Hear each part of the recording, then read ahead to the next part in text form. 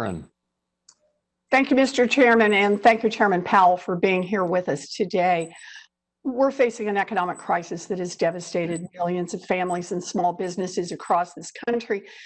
2 weeks ago, many people celebrated the latest job numbers, which showed a dip in the overall unemployment rate.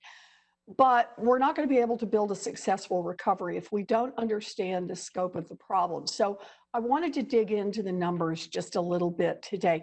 Chairman Powell, are jobs coming back at the same rate for both Black and white Americans? Are they coming back at the same rate? No, actually, I think the answer to that is no. I'd want to check that, but I believe that the Black unemployment rate did not come down as much as the white unemployment rate. In fact, Chairman Powell, you might want to look at the numbers. I was going to say, as I understand it, white unemployment fell to 12.4%, while Black unemployment actually rose. Ticked up 16.8%. Is that right, Mr. Chairman? You know, the tenths numbers. I would have known that the day after the report, but yes, in principle, right on the direction. Right. That is, it came down for white Americans and it went up slightly for Black Americans. That is correct in the May report. Yeah. So back in March, Congress passed a temporary expansion of the unemployment insurance program. Now we're only a few weeks out from that help just running out. Some people in Congress want to let that help expire. They're saying mission accomplished. So, Mr. Chairman, you noted that the unemployment rate is higher for Black Americans, and now we've just said it's actually increasing. If Congress lets unemployment insurance benefits expire, which families are going to find it hardest to pay their bills, to make rent, or to afford groceries?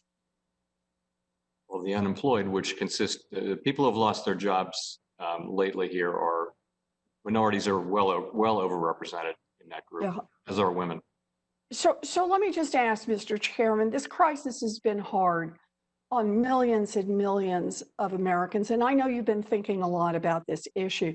So I just want to ask you directly, is it accurate to say that our economy is healthy when there are serious racial gaps in how Americans are doing?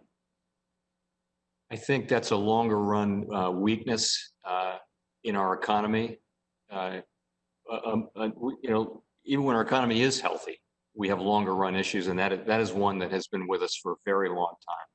So I take it you would describe this as not a healthy economy? That is not a healthy feature of our economy now or ever. Thank you, Mr. Chairman. I appreciate your focusing on this issue. This crisis has hit communities of color the hardest. They have faced the biggest decline in employment, and they have faced the largest proportion of deaths from COVID-19. The minute jobs start recovering for white Americans, we can't just say that the problem is fixed and start cutting off help for people who are out of work. Senate Republicans are eager to let this help expire when we still have more than 20 million people out of work and the unemployment rate is going up for Black Americans. Inequality is not something that happens on its own. It is the result of policy choices, who we decide to help and whose pain matters.